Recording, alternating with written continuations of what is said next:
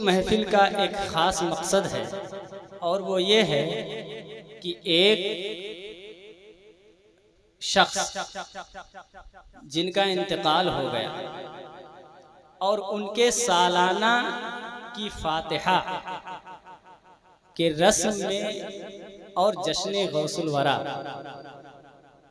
کے تعلق سے اس پروگرام کو منعقد کیا گیا۔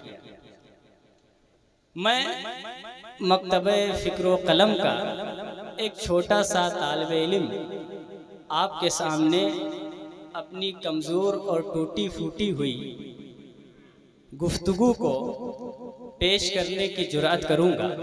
امید ہے کہ اللہ تبارک و تعالی اپنے فضل سے ہمارے دلوں میں اس بات کو موجود فرمائے گا اور اس پر عمل کرنے کی توفیق عطا فرمائے گا۔ تو تیار ہیں سننے کے لیے؟ بے شک۔ اللہ تبارک و تعالی نے قرآن مقدس میں فرمایا کل نفس ذائقۃ الموت، ہر نفس کو موت کا مزہ چکھنا ہے۔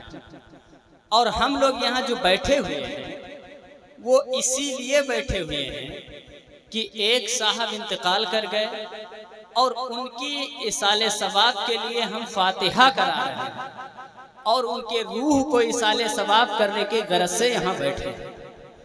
کیا ہمیں اور آپ کو پتہ ہے کہ موت کیا چیز ہے اور جو وہ گئے ہیں انہوں نے کتنی تکلیفیں جھیلی ہیں، موت کے عالم میں ان کا کیا ہوا ہے اور ہمیں بھی موت آنی ہے۔ اس سے تو کسی کو انکار نہیں ہے کہ ہم کو موت آنی ہے، لیکن کیا یہ پتہ ہے کہ موت کے وقت ہمیں کیا تکلیفیں ہوتی ہیں؟ حضرت عمرو بن عاصم فرماتے ہیں کہ جب موت کا وقت آتا ہے تو بندے کو اس قدر تکلیفیں ہوتی ہیں کہ اگر کسی کے سینے پر زمین و آسمان رکھ دیا جائے، جتنی تکلیف اس کے رکھنے سے نہیں ہوگی اتنی تکلیف موت سے ہوتی ہے۔ آپ کو پتہ ہے کہ موت سے کتنی تکلیف ہوتی ہے؟ اور ایک روایت میں ہے، فرماتے ہیں کہ موت کی تکلیف اتنی ہے کہ اگر کسی کے پیٹ میں ببول کا پیڑ لگایا جائے اور اس ببول کی جڑیں اس کے پیٹ سے ہوتے ہوئے اس کے مقام خاص کے سوراخ سے نکلے اور اس کی جڑ کو مقام خاص سے پکڑ کے کھینچا جائے اور اس کی جڑیں اس کے پیٹ کے تمام نسوں میں لگ جائیں اور اتنی تیز سے کھینچا جائے کہ اس کی نسیں اس کے پیچھے کے راستے سے باہر ہو جائے، اتنی تکلیف، اس سے بھی زیادہ تکلیف موت کے آنے سے ہوتی ہے۔ کیا آپ کو پتہ ہے کہ موت سے کتنی تکلیف ہوتی ہے؟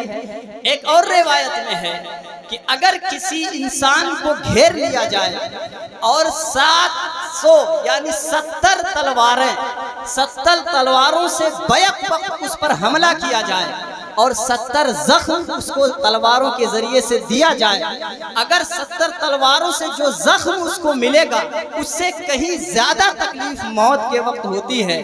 کیا آپ کو پتہ ہے موت سے کتنی تکلیف ہوتی ہے؟ اگر موت کی تکلیف جانور جان جائیں تو جانوروں کا گوشت ہم کو کھانے کو نہ ملے بلکہ وہ اپنے ہڈیوں پر گوشت ختم کر دیں۔ آپ کو پتہ ہے کہ موت کی تکلیف کیا ہوتی ہے؟ اگر ہم اور آپ موت کی تکلیف جان جائیں تو ہم اور آپ اپنے بزنس کو چھوڑ کر جنگلوں میں بھاگ جائیں اور روزہ نماز کریں، کسی دنیاوی کوئی بات نہ کریں۔ آپ کو پتہ ہے کہ موت کی تکلیف کتنی ہوتی ہے؟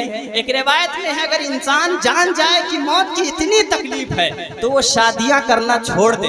اگر انسان جان جائے کہ موت کی اتنی تکلیف ہے تو جس طریقے سے بیل کاٹنے کے وقت چلاتا ہے، جس طریقے سے جانور کٹنے کے وقت چلاتے ہیں، اسی طریقے سے اس کے منہ سے آواز نکلے۔ آپ کو پتہ ہے موت سے کتنی تکلیف ہوتی ہے؟ جب پتہ ہے اتنی تکلیف ہوتی ہے اور اگر نہیں پتہ ہے ہے تو آج جان میں اتنی تکلیف ہوتی ہے، تو پھر ہم اس دنیا میں رہتے ہوئے موت کو بھول کر کے ہم کیوں اتنی خوشیوں میں رہتے ہیں اور کیوں ہمیشہ ٹھٹھے مار کے ہنستے ہیں؟ کیا آپ نے کبھی سوچا ہے کہ ہمیں مرنا ہے؟ کیا آپ نے کبھی سوچا ہے کہ اس تکلیف سے سب کو گزرنا ہے؟ واللہ کی قسم سب کو گزرنا ہے، اور یقیناً سب کو گزرنا ہے۔ تو کیا اس کی کچھ تیاری ہے ہمارے پاس؟ بلا شبہ جہاں حضور سرور کائنات نے موت کی اتنی تکلیفیں گنائی ہیں، وہاں امت مسلمہ کو موت کے وقت نہ ہونے والی خوشخبریاں بھی عطا فرمائی ہیں۔ حضور فرماتے ہیں کہ جب موت کا وقت قریب ہو اور اگر اس کے پاس سورۃ یاسین شریف تلاوت کر دی جائے تو موت کی یہ ساری تکلیفیں ختم ہو جاتی ہیں۔ آپ غور کیجئے، ایک بندہ ہے جو مرنے کے قریب ہے، اس کے پاس پہنچ کر کے اگر آپ سورہ یاسین پڑھ دیں تو اس کی تکلیف موت والی ختم ہو جاتی ہے۔ اگر ایک بندہ خود سورہ یاسین پڑھ کر کے اپنی زندگی کو سنوارنا چاہے تو کیا اس کی زندگی نہیں سنورے گی؟ یقیناً اس کی زندگی سنورے گی۔ جب مرنے والے کو جو خود نہیں پڑھ رہا ہے مگر دوسرے کے پڑھنے سے اس کی زندگی میں ایک وبال اس کی ہٹ جا رہا ہے، تو خود اگر انسان پڑھے گا تو اس کی زندگی سے مصیبتیں نہیں دور ہوں گی، یقیناً دور ہوں گی۔ ضرورت ہے کہ قرآن مقدس کو اپنا قرینہ بنایا جائے، ضرورت ہے کہ قرآن پاک کو سینے سے لگایا جائے، ضرورت ہے کہ قرآن کے احکام پر عمل کر کے دکھایا جائے۔ واللہ بتا رہا ہوں، قرآن مقدس سے وہ کام ہوگا جو آج تک تعبیر سے وہ کام نہیں ہو سکا، قرآن پاک کی تعلیم سے وہ کام ہوگا۔ در در کی ٹھوکریں کھانے سے کوئی فائدہ نہ ہوگا اگر آپ قرآن مقدس کے احکام پر عمل کر لیتے ہیں۔ آپ کو ایک کام کرنا ہے اور وہ کام یہ ہے کہ آپ کو اللہ سے دوستی کرنا ہے۔ کس سے دوستی کرنا ہے؟ اللہ سے دوستی کرنا ہے۔ اللہ سے دوستی کیسے ہوگا؟ اور اللہ سے اگر آپ کی دوستی ہو گئی، اگر اللہ سے دوستی ہو گئی تو پھر آپ کے گناہوں کو نہیں دیکھا جائے گا۔ سب سے بڑی پرابلم یہ ہے کہ انسان یہ سوچ کر کے کمزور ہو گیا کہ میں نے اتنے گناہ کیے ہیں، اللہ مجھے معاف نہیں فرمائے گا۔ آپ ایک بات غور کیجئے، یہ جتنے بھی ہمارے اعضاء ہیں اور جو کام کرتے ہیں وہ کس نے دیا؟ اللہ تعالیٰ، اللہ نے دیا ہے۔ اور اس کا اور ہم کو کام کیا بتایا؟ وَمَا خَلَقْتُ الْجِنَّ وَالْإِنسَ إِلَّا لِيَعْبُدُونَ، انسان کو عبادت کے لیے پیدا کیا گیا ہے۔ اب ایک بات بتائیں، اگر میں آپ کو یا کوئی بھی آپ کو اپنی دکان میں نوکری کے لیے رکھے اور اس کی دکان آپ کے گھر سے دوری پر ہو اور پھر وہ آپ کو دکان پر آنے جانے کے لیے بائک دے دے، اب آپ بائک لے کر کے اس کی دکان پر لیٹ سے پہنچے، اس کی دکان پر لیٹ سے پہنچے یا جائیں ہی نہ، دوسرے دن تیسرے دن جائیں، تو کیا وہ شخص آپ کو نوکری پر رکھے گا؟ یقیناً وہ شخص آپ کو نوکری پر نہیں رکھے گا۔ کیوں نہیں رکھے گا؟ کیونکہ آپ کو چلنے کے لیے اس نے سہولت عطا کی ہے، تو جب اس نے سہولت دی ہے تو پھر وہ کام بھی آپ سے لے گا، اور جب آپ کام نہیں کریں گے تو آپ سے ناراض ہو جائے گا۔ آپ کبھی غور کیے ہیں کہ اللہ تبارک و تعالیٰ نے ہمیں پیر عطا فرمایا ہے، اللہ تبارک و تعالیٰ نے ہمیں ہاتھ عطا فرمایا ہے، اللہ تبارک و تعالیٰ نے ہمیں نگاہ عطا فرمائی ہے۔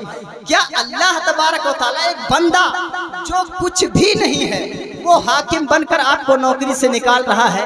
اللہ رب العزت تو احکم الحاکمین ہے۔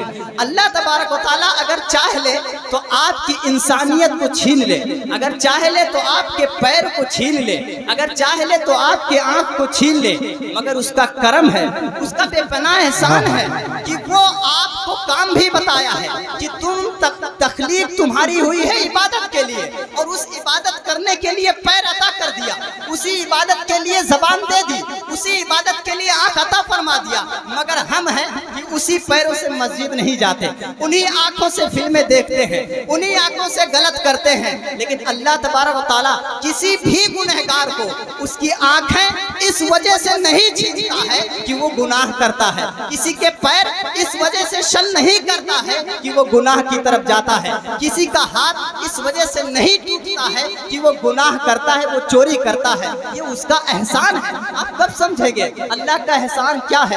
آپ کب سمجھیں گے کہ اس کا فضل کیا ہے، اس کے احسان پر غور کریں۔ یقیناً وہ اس بات پر قادر ہے کہ اگر وہ تمہارے گناہوں پر پکڑ کر لے تو آپ کے ہاتھ کو برباد کر دے، آپ کے پیر کو برباد کر دے، آپ کی آنکھیں چھین لے۔ لیکن ہم اتنے برباد اور اتنے لذیذ اور اتنے بے غیرت انسان ہیں کہ اس کی نعمتیں کھا بھی رہے ہیں اور اس کی نعمتوں پر غور نہیں کر رہے ہیں، اس کی نعمتوں کا شکریہ نہیں ادا کر رہے ہیں۔ ہم بس یہ کہنا چاہتے ہیں کہ جس قدر اللہ نے ہمیں نعمتیں عطا کی ہیں، ہمیں چاہیے کہ کم سے کم پورے طور پر نہیں تو 24 گھنٹے میں کم سے کم ان تمام نعمتوں کا شکریہ ایک بار تو کر کے دیکھیں کہ اے اللہ تو نے مجھے پیر دیا ہے، ایک بار تیری بارگاہ میں ہم سجدہ کریں گے۔ اے اللہ تو نے مجھے آنکھ دیا ہے، ایک بار تیرے کلام کو ضرور پڑھیں گے۔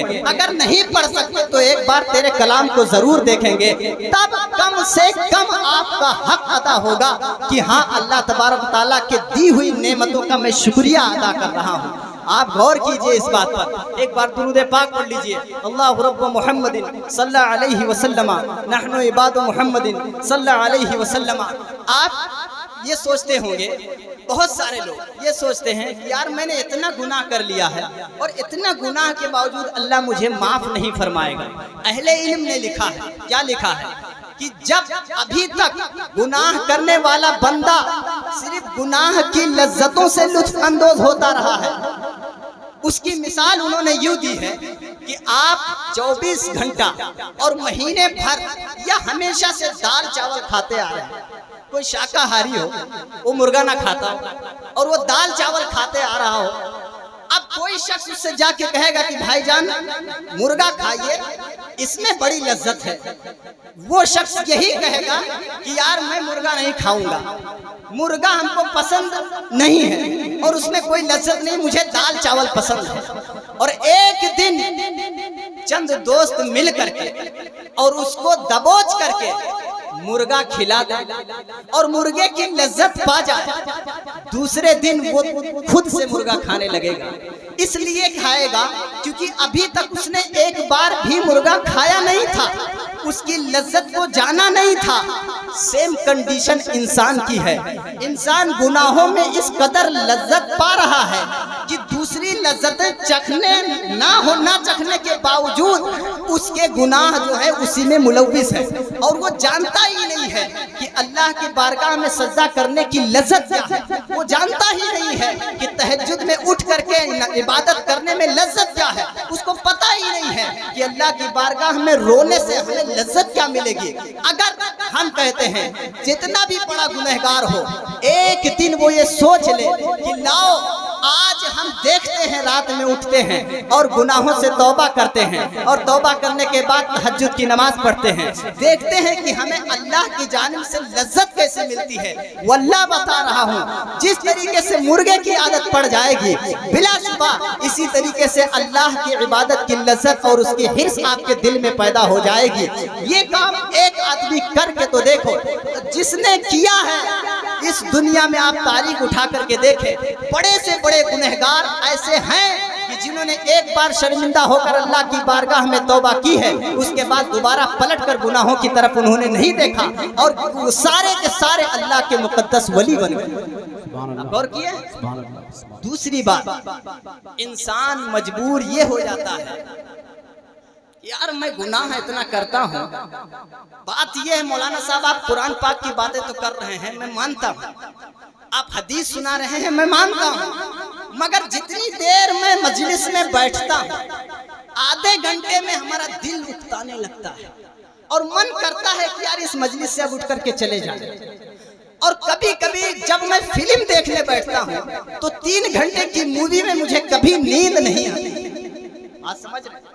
اس کا یہ کہنا ہوتا ہے اور ہمارا بھی یہی کہنا ہے کہ جب ہم گناہ کرنے لگتے ہیں تو مجھے لگتا ہے کہ یار اور کر لوں، لیکن جب ہم محفل میلاد میں بیٹھتے ہیں تو لگتا ہے یار مولانا صاحب تقریر جلدی ختم کریں، شاعر صاحب نعت شریف پڑھنا جلدی بند کریں، جلدی سے پیدائش پڑھی جائے، جلدی سے فاتحہ ہو، جلدی سے کھانا تیار ہے اور جلدی سے کھایا جائے۔